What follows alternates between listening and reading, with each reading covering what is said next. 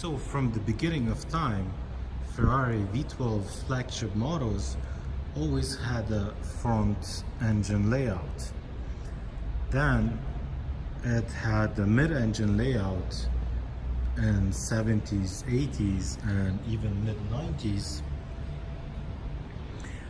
But a new era was coming to V12 Ferraris, and they decided to go back in time to its original layout.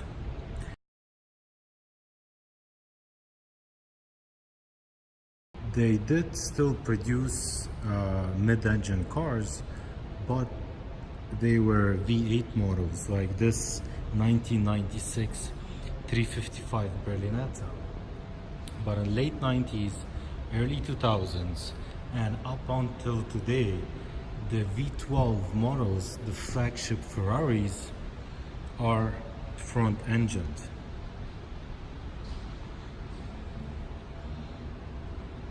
They lost that crazy style of the Testarossa and came back to this mundane gentleman's Ferrari layout.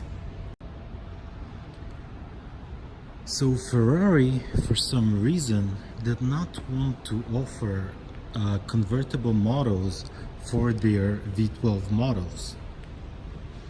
Now, it was fine with the 355 and the 348. There were convertible versions, and they were sort of normal production cars that you can go to the Ferrari dealership and buy. But for some reason, for the V12 models, they did not want you to have a convertible. Not quite sure, maybe because it's their flagship model. But they were just not there,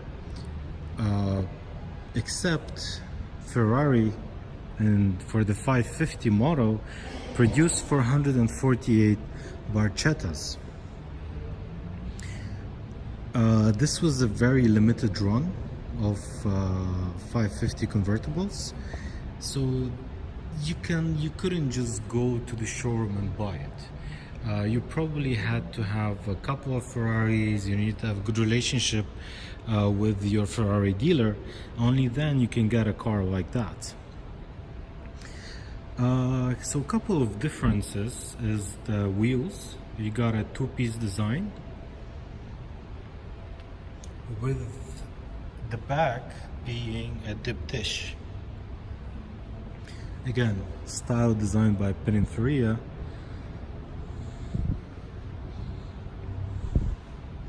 As well as on the Barchetta models, you had Ferrari engraved a logo into your filler cap. We'll get to the interior later, but fun fact, again, this is something very weird about Ferrari, is that so at the beginning they did not want to offer you a convertible model, but when they did, they made sure that it stays open top all the time. Because if you look at this design, if we look at your window pillar, it ends over here. From here, there's nothing. Now, if we look at any different car like that Pagoda, you can see that on top we have, you know, a sort of place, a rail, a mechanism where the roof can latch on. Over here, it's just not there. As well as, if you notice, I don't know if this is a good picture, but the roof is lower than these hoops.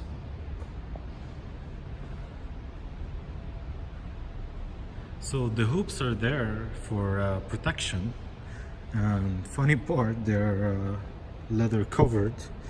They are covered in beautiful leather, and you got sort of this speedster look over here. But again, the main point is that Ferrari made it so hard for you to have a roof on your open-top Ferrari. They didn't actually offer you a roof, so they all sort of offered a temporary cotton material that you can place over the roof, but purely for weather protection. And you can only drive with that up unto around 110 kilometers. After that, the material, the roof lining will probably fly out. And yeah, this is sort of very funny coming from a Ferrari. You know, we don't want to give you convertible, you know, we don't want to offer it to you, and when we do offer it to you, we make it very hard for you to have the top on. You can say that. So another couple of differences that came with Barchetta is, first of all, these carbon fiber seats. They are very thin in their design, as well as you got a carbon fiber all around the dash, carbon fiber gear lever, and so they only built 448 Barchettas, and this is number 108. You got carbon fiber steering wheel, and you have Alcantara dashboard. Now, not the whole dashboard, just where the instrument clusters are and the AC vents.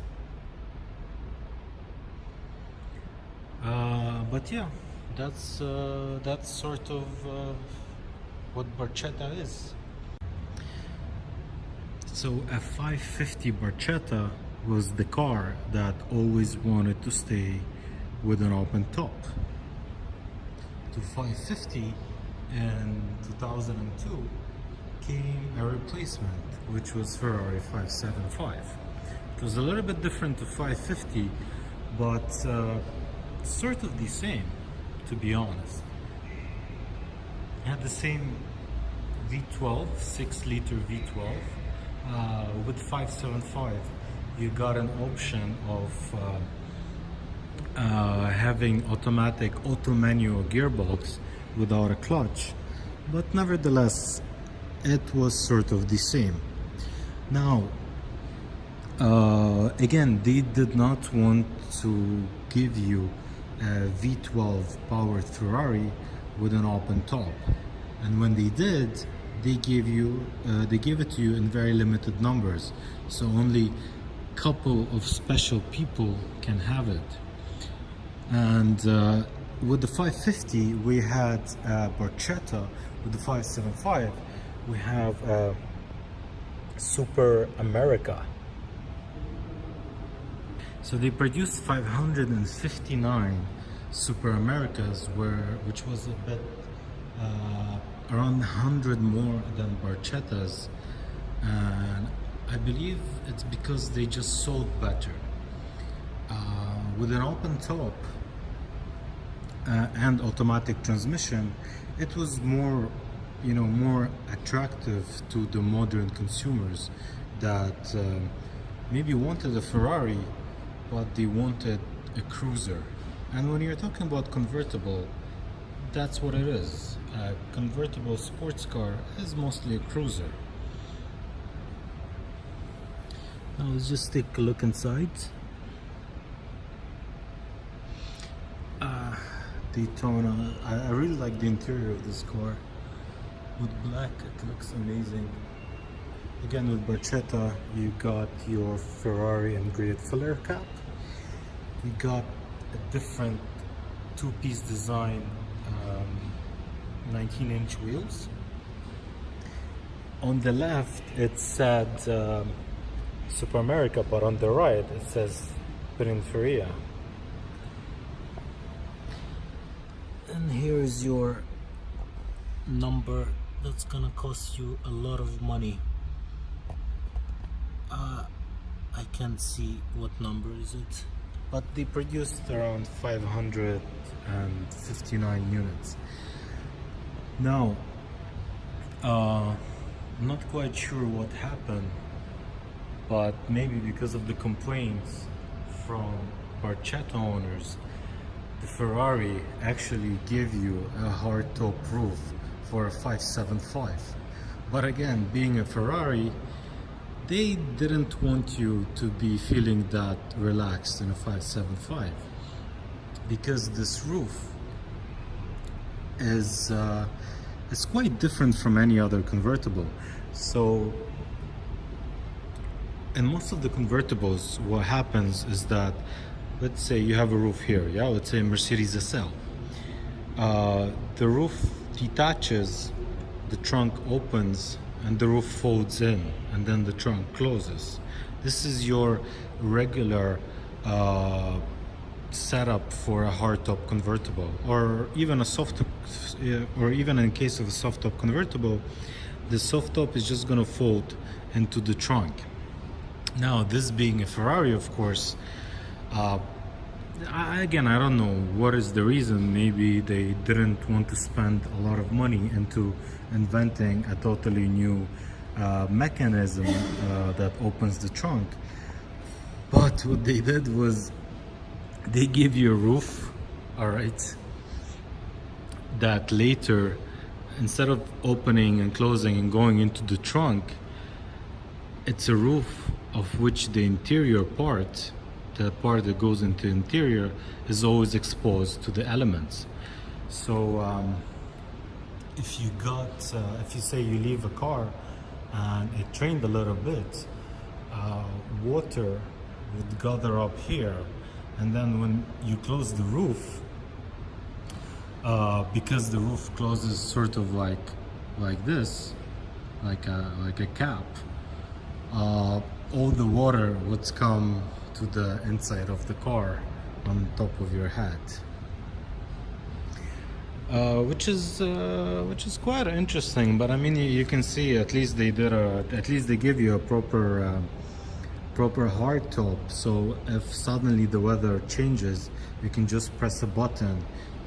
You're sort of safe in your car. Yeah, at least they give you proper pillars and a mechanism that allows the roof to close.